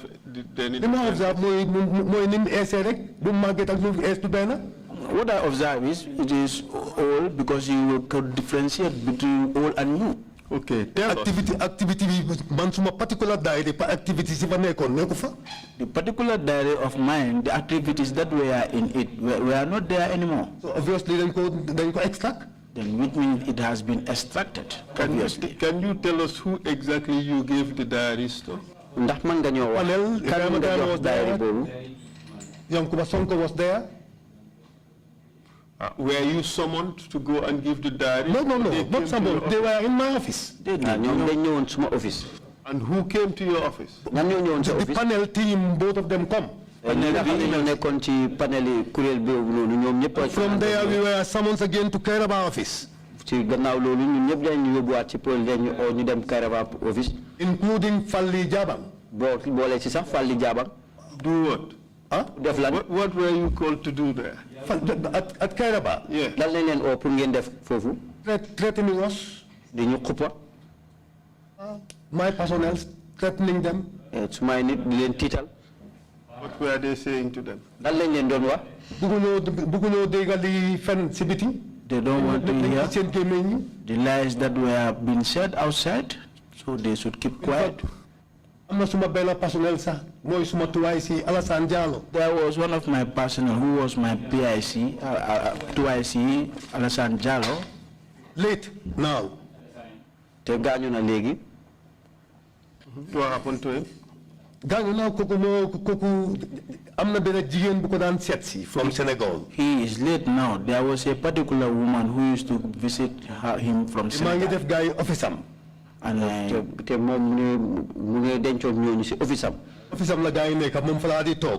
obviously in his office, that's where I used to sit.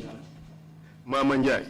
Mama Njai la xama kan la de gesam la dal dafa de ñew. Officer is Gesem. I don't know whether it's Mama Njai.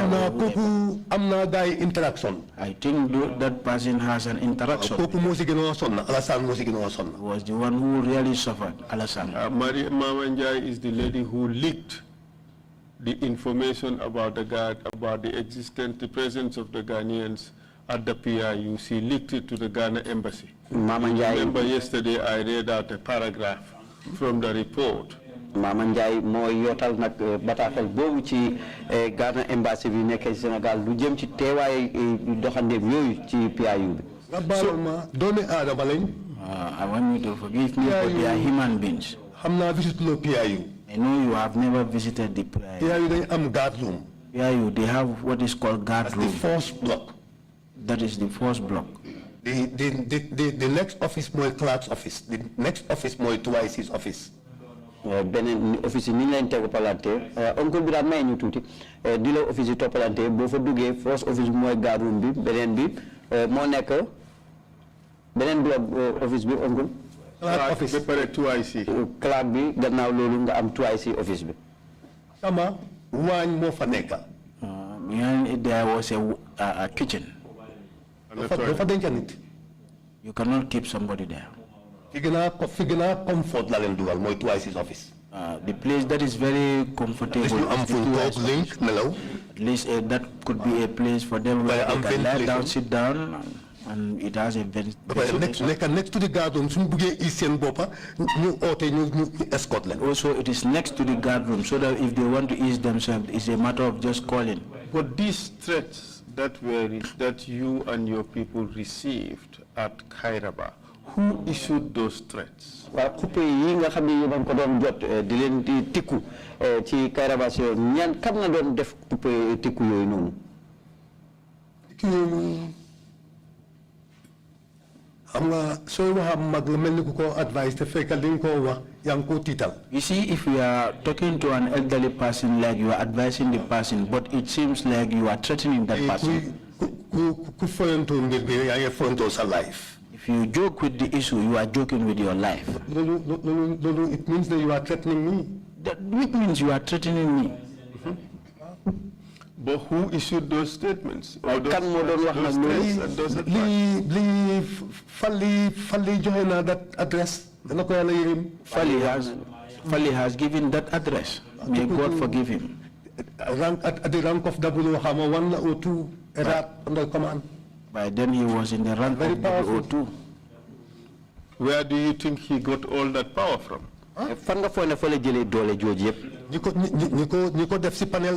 Those who put him in that panel. And who is those? That is the hierarchy. His postings at the State House. And also Fali is because he is posted at the State Guard. So what are you telling us? What are you telling us? Let's call a spade a spade. What should I have made it clear.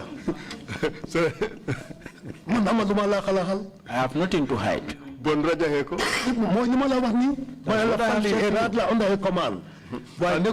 Under any army deployment outside. State Guard. Wow. Panel institute about this Ghanaian Fali Bokal. Any panel that is instituted pertaining to these Ghanaians, Fali was part of it. Who sent him? Nico trust? Those who trusted him. From the big man. It started from the big man. Who is the big man here? My big man big man be my command. The big man is those who own this command. Are you afraid to call a name here? Tell us the name. Who is the big man? Who is the commander? Who's the person who deployed him there? See, if you are saying something, you should say something that is clear. I should not say something that I think of. Under a command. But I know he is under a command.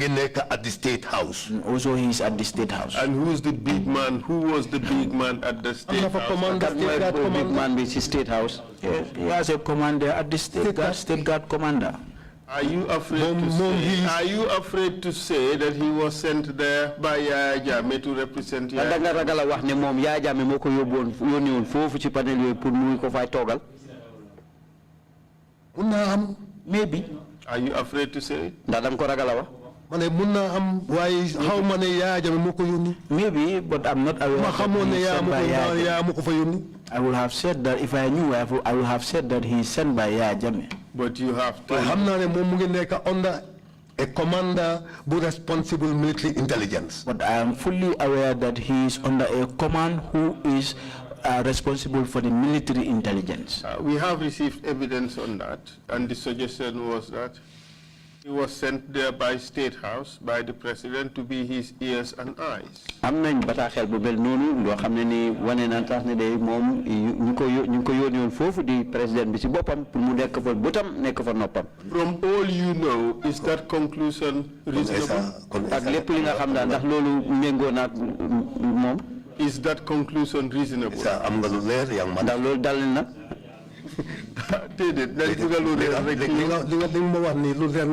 Sir, what you said to me is very clear to you yourself. Was that what you were telling me?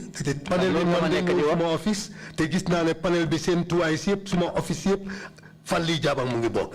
the panel has been coming to my office, even plus my 2IC, and those second one, and the first time, second time, all Mfali Jabang was part of it. Those, well, advice that you received or directions that you received, indirectly, what were they telling you to do? Denku yoy nga xamné ni jotoon nga ko ci benen fanam noko gisé ci ban fan lan lañ la doon jéema wax were they telling you to keep your mouth shut? Ndax dañ la do wax nga noppi. That is very clear. That is to say, no one should talk about the issue. But you should know that the issue will be discussed. If two of us stand and we are discussing, we must mention it. So that's not it all depends on the person that you want to discuss the issue, whether the person you trusted him or not. Would you say that the government was on a massive cover-up when they came to your office to pick up those documents and doctored them at Kairaba station? Ndax da nga mëna wax ne tamit nguur gi ci ak nëbbatu wala ak al nëbbu musal seen bopp kese mom lañ doon def ci jamono bi ñëwé sa office pour jël kayit yoyu yobbu ko Kairaba daldi xoti yenn génn ci leen li ci bëgg génn. Bobu bayma leral fofu. Wait, I want to make that area very clear. Dañ collecté diary ndax Kairaba lañ ko yobbu ndax yobbuñ ko Kairaba ndax police headquarters lañ ko yobbu. When they collected the diary, whether it is taken to Kairaba, NIA or the police headquarters, I'm not sure of that. But I know very well my personnel who were involved in the activities. Withdrawn back to base. I have withdrawn some of them back to the base. And the panel made discussions with from them. there, I'm not time when you Kairaba, we went to Kairaba. And from there too, we were called at Kairaba and we went there. Did you provide your personnel to rewrite the diaries? Ndax waatoon nga sa nit yooyu noonu ñu doon liggéey sa ron pour ñu bindaat daayira bi sottande ko waat ko. Bokkuma ci panel. I was not part of a panel. Panel be ko def. That one is done by the panel. So the panel wax na defu ñu dañoo fen wax The panel told you that they never did so. They are lying to you. Yankuba Sonko, honorable minister, he appeared before the commission and he said he did not know that the diaries were doctored. Yankuba Sonko nga xamné ni jamono yi sax moy ministre bi seytu wali doxalini bi réew mi ak karange mbiri police di interior ministre bi teew na fi ci kanam commission bi ne yegut ne daayri yoy nonu daldi won den xoti génné ci liñ ci bëggona génné sotande ko ko. Liggéey na mom. I have worked with him. am na high regard pour mom. I have a very high regards for him. Waaye su dëggan teewee nang ko wax. When it is time to state the truth, I will. That is not true. Are you suggesting that he lied? Da nga wax ne da fay fen? It is very harsh to say so, but what he has stated is not true. So is it harsh to call things by their correct names? No, why na jox on mo tuti rek. Why lima la wax mo am. But no, let me just give courtesy. So inviting in tamin ku wat digam na la li mo am. Also, if he invited other people to state the truth, they will say this is what has happened. Ibrahim Jim Drame was here yesterday. Ibrahim Jim Drame mu fi on demba. And he said if the diaries were doctored, he didn't know anything about it. I was watching him. He is my younger brother. I was watching him, but what he has stated here is not true. He should have stated the truth. He lied. He lied. It's not harsh this time to say he lied. It's not harsh this time to say he lied. He is my brother, younger brother. Okay, all right. How would you describe what has happened naka ngay mëna sotande ko li xew yépp in this saga? Ci mbir yi. Mbir yan? Mbir mi, this saga, this whole issue about the West African yépp li aju nak ci mbiri doxandem yoy tukki won Afrique sowu jant. Di am rek. What happened is Moy ne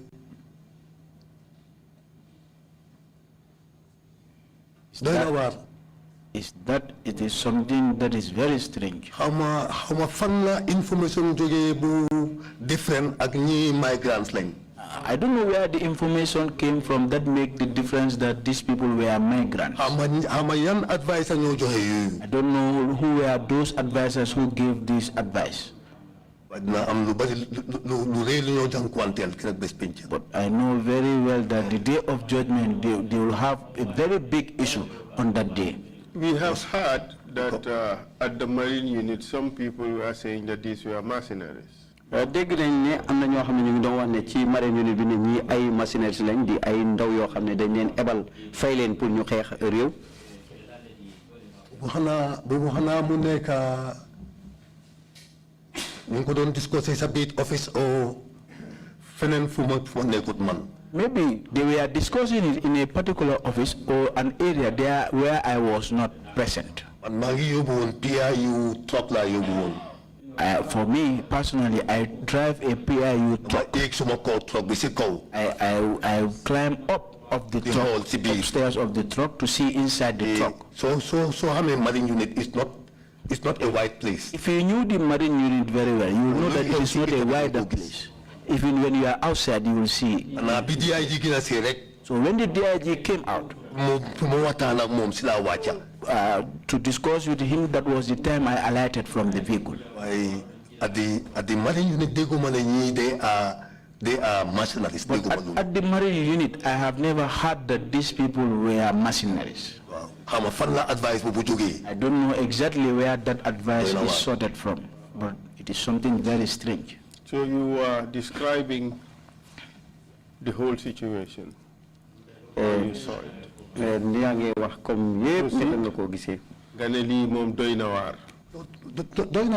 it is very puzzling.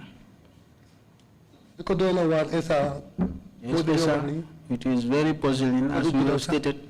There is no need for us to say it long. Where are they?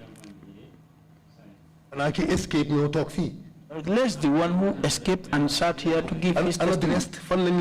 Where are the others? Where have you had their trace? Where were they located? What do you believe happened?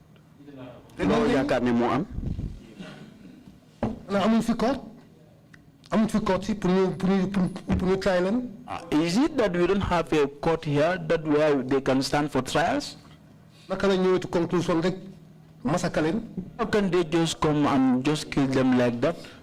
Last two questions. When you and your people were being threatened at the PIU, including by Fali Jamang, who else was present?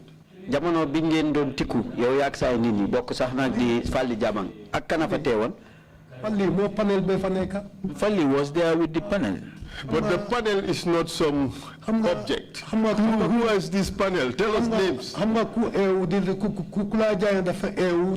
piece of advice. Why piece of advice? And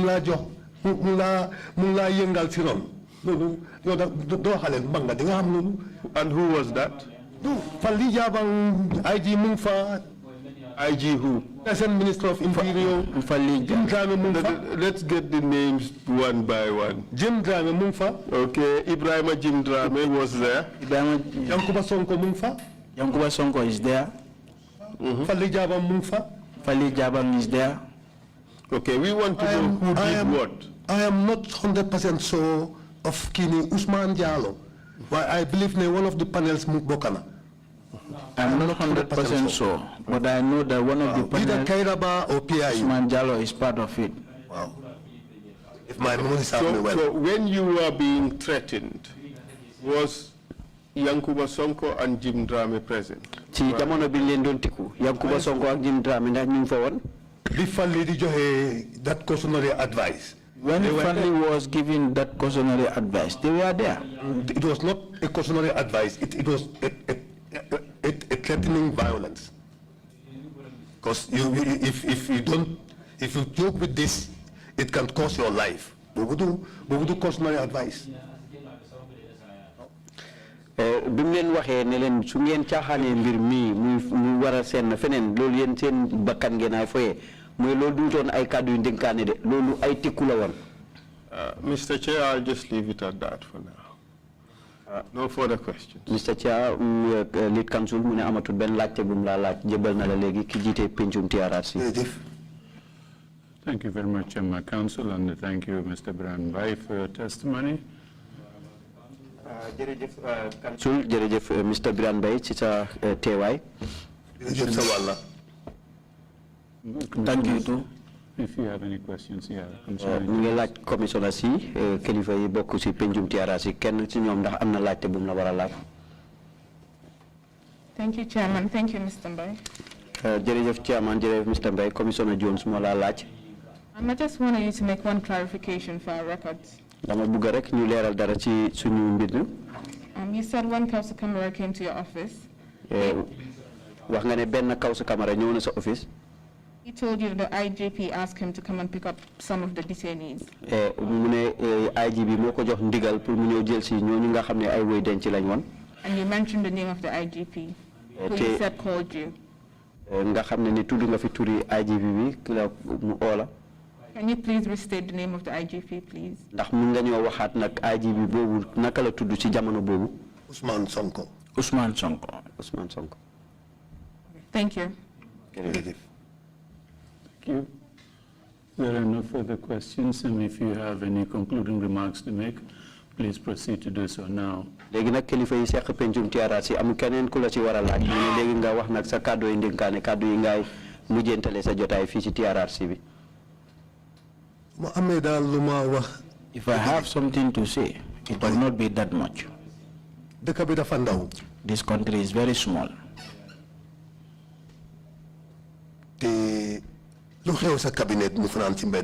And whatever has happened to your parlor, it will slip outside the street. So it's better we have to be careful.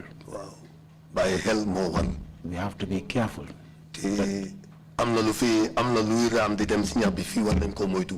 And there are certain things that has been happening here. We should be very careful with it. And that is to say, the tribal line. It has no space here. I want you people to forgive me. Thank you. Thank you very much indeed, Mr. MBYE, and again, thanks for coming to testify. Mr. Chair, just a moment, before we wrap it, there is an important issue we need to clear here. Mr. MBYE, Chairman, lead council, I'm solo luñ fi bëgg leeral rek bala ñuy tëj jotaay bi. And with your indulgence, perhaps I should just ask the witness to clarify that particular point. Please proceed. Thank you. Mr. MBYE. Mr. MBYE. At that time, who was IGP? Was it Esa Baji or Yankuba Sonko? Or Usman Sonko? Kan mo nekkoon njiiti police when this panel was sitting. Who actually called you? Was it Esa Baji or was it Usman Sonko? Esa Baji la wala Usman Sonko? Forget about the position. Suma mind suma serve well. If my memory can serve me very well. Feka the panels bino form panels feka Usman Sonko nekatut IG. When the panel was about to be formed, by then Usman Sonko was no longer the IG. No bino form panels feka Usman Sonko nekatut IGP. When they were forming the panel, by then Usman Sonko was not the IG. Migrants di ñew ak bi ñew di cover body ci fekk Ousmane Sonko moy di IGP. But when the migrants were coming and when their bodies were being recovered, Usman Sonko was the IG. Who was the person who called you on the phone and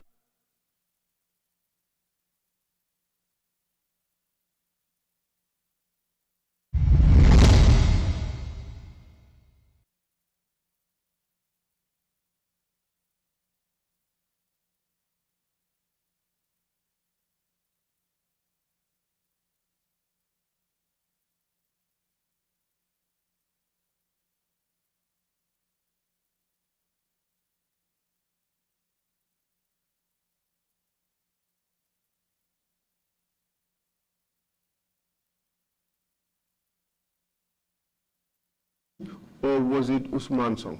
Esa Baji la wala Usman Sonko? Forget about the position. Suma mind suma serve well. If my memory can serve me very well.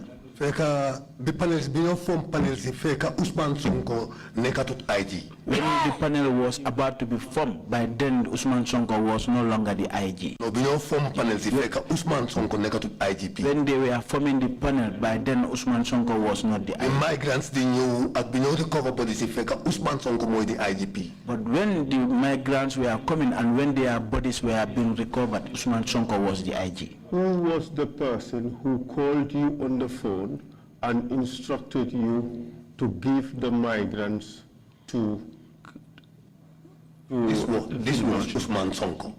Okay, at the time he was IGP. Was the IGP. Thank you very much.